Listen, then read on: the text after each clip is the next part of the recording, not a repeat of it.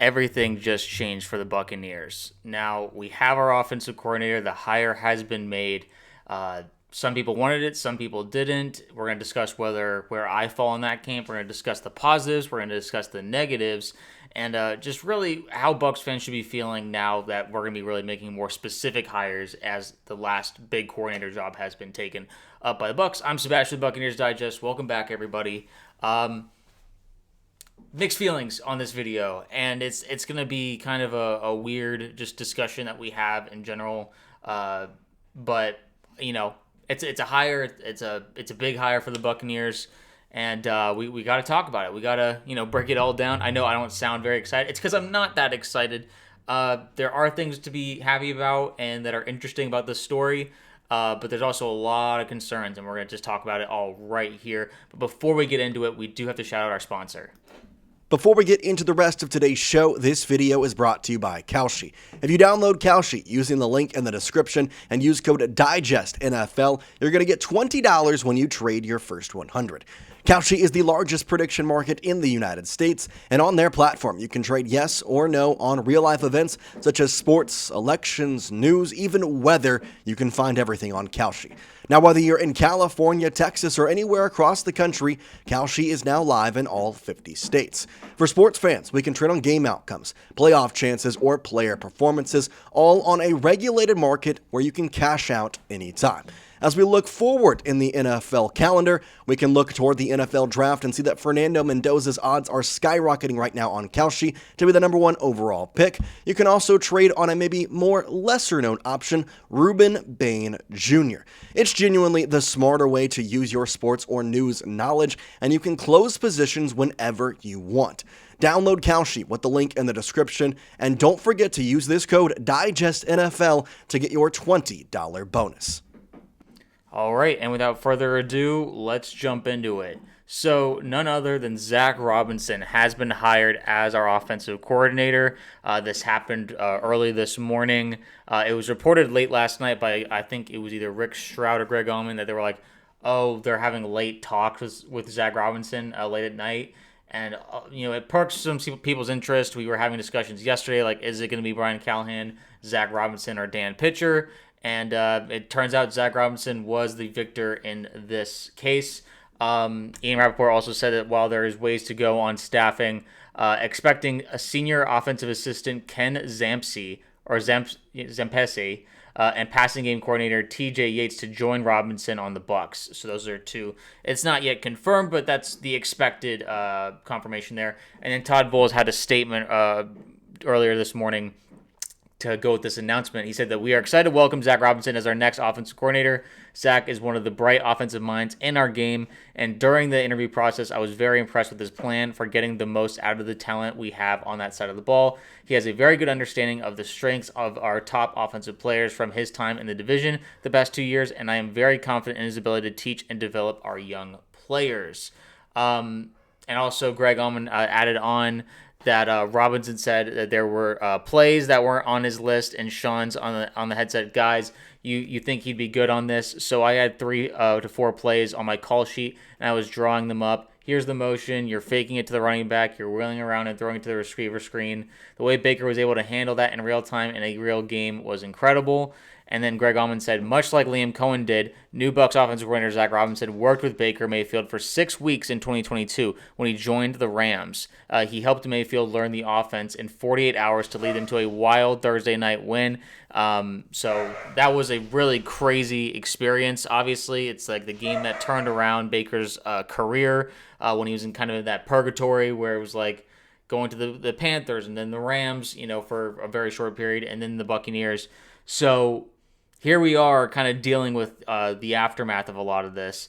Zac Robinson is Nick Wise from iHeartRadio said that 2024 he was great, and the total offense was 6th in the league, passing offense was 5th, and rushing offense was 10th. So all top 10 rankings in 2024 when Kirk Cousins was starting for most of the season.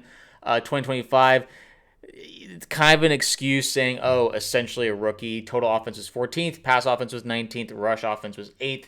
The Buccaneers were ranked in all categories lower than Zac Robinson did with Atlanta. But these are obviously not as good numbers. The rushing offense was definitely still top 10, but the passing offense was much to be desired. You could argue it's because Kirk Cousins and all this different stuff, but I don't like making excuses like that. John Ledyard said that from a football perspective, I remain hopeful that Robinson, with different personnel, sees where league's top offenses are going and pivots to those principles: under center drop back, play action, gap power run, condensed formations. We'll see. Going to have to look different than Atlanta. And then lastly, or sorry, not lastly. Nick Wise also said, I have shared the positives of Zac Robinson as an OC in Atlanta. Here's one of the negatives, which is the opposite of Grizzard when he took the job. Atlanta struggled on third down, ranking 28th in 2025 in third down conversion rate, 34.4%.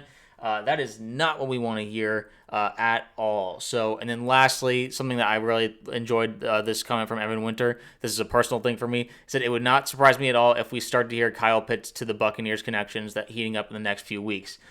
As a Bucs fan, I would be over the moon. I would just, or as a Gator and Bucs fan, like, dude, trust me, he is our answer. I have no doubt about it. So there's that hopeful connection that we make or answer at tight end. But anyway, regarding Zac Robinson, the pistol god himself, or the pistol enthusiast, where it's like, the quarterback lines up in a like halfway shotgun and the running back is still behind him. He runs it too much. I hope that he gets over that. I hope he diversifies his play calling. He was shut out by the Panthers this year. The Falcons were in an abomination of a play calling performance. That does not inspire a lot of confidence, I would say. You could also argue like Raheem Morris didn't have the guys ready to play, but it's much of a play calling debacle as it is a head coaching debacle. And I can't say that the pairing of Todd Bowles with Zac Robinson is really much better than Raheem Morris and Zac Robinson. I especially since Raheem Morris went 3-1 against the Bucs and Todd Bowles. So I don't feel great about that. I mean, Kirk Cousins absolutely shredded us every time he faced us. But that felt like more like a Kirk just owning the Buccaneers situation rather than Zac Robinson just dicing us up. Like, just Kirk is very good against zone coverage. And for some reason, Todd just was not able to adjust accordingly. So here we are. This is our new offensive coordinator. We missed out on Mike McDaniel. I've given my reasons, a plethora of reasons why I didn't think that was going to work out anyway. Even if he was our offensive coordinator, I just think long run that was not a solution. But I also see this as a win-win scenario for the Bucs. And the reasons why is that, listen, if it goes well this year for some reason, for whatever reason, Zac Robinson's able to upgrade himself or adjust, then, we're good again. And then we're trying to win the division, and in Todd Bowles and they all adjust. And listen, I just want to win games. I don't care what it takes. And if that, if Zach's able to, update his play calling and adjust, then I really don't care the name of behind who's calling the plays. As long as we're winning, as long as we're doing well, that's all I care about. And that's all Bucs fans should care about. It's just that this hire doesn't inspire a lot of confidence. Zac Robinson was someone who was almost laughed out of Atlanta, or was really they were asking, please, get out of here. So I don't know. I don't feel great about this situation. Baker apparently last night put in a lot of effort to convince Zach to stay in Tampa. I guess Zach was on his way to the airport after his second interview, and Todd sent in an offer because Baker was really pushing hire him.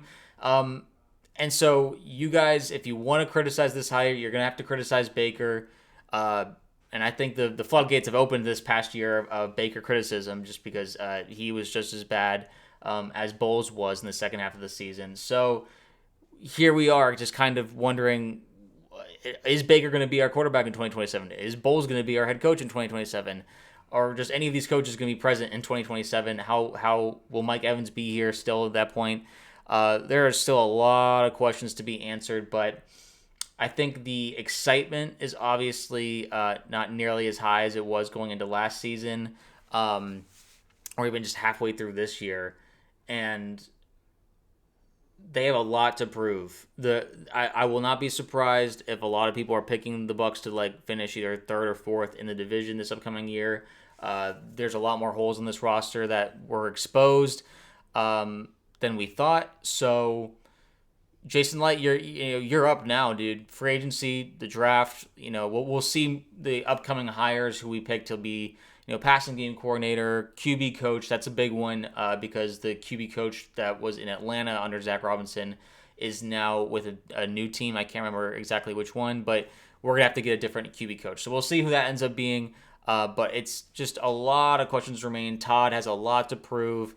There just seems to be a real lack of excitement around the Buccaneers right now. And, the NFC South kind of sees us falling off right now. I want nothing more than to prove them wrong. But this move doesn't inspire like, oh, we're going all in. We're shooting for greatness. It's just like, oh, he was like our third choice, oh well. And I'm like, why didn't we cast a wider net? There are guys out there that, yes, did not have play calling experience, but you've proven as an organization that you can interview guys who haven't called plays yet, bring them in, and turn them into good to great play callers. And now it's making it seem like we just got lucky with Liam Cohen rather than, that's just because we have a good hiring process. Listen, I want to be wrong about Zac Robinson. Everything's telling me that, at best we'll be average on offense next year. I don't know. Health's going to matter, obviously. And the acquisitions we make with players are going to matter. But we saw this past year, it doesn't matter how much talent you have on your squad. If your coordinator is not good enough, it's gonna go to waste. You can win with great defenses and, average offenses. That's actually a solid combination to at least make it a playoff run. But no one has confidence in the defense either, both regarding personnel and who's calling the defense, which is Todd Bowles. So a lot of us are kind of like wondering right now, where can we be excited? A lot of people might be just saying, let's just, not think about 2026 and move to 2027. I don't think like that. I'm just going to root for my team and to do its best no matter what. But let me know what you guys think. Zac Robinson, he is our new offensive coordinator. Let me know what you guys think down below. Obviously, I'm not too thrilled. Most Bucs fans are not too thrilled. But I'd love to hear someone say otherwise, like why this is actually a sneaky good hire, besides just, oh, he's an experienced play caller. Baker wanted him because, he worked with him briefly in 2022 with the Rams. I just don't think, that's enough. Those two reasons being why we should hire him. So let me know what you guys think, and we'll keep updating as new hires come in, and we'll start talking about draft prospects and free agent prospects like Kyle Pitts. But yeah, I'll hear what you guys have to say, and I'll see you guys in the next video.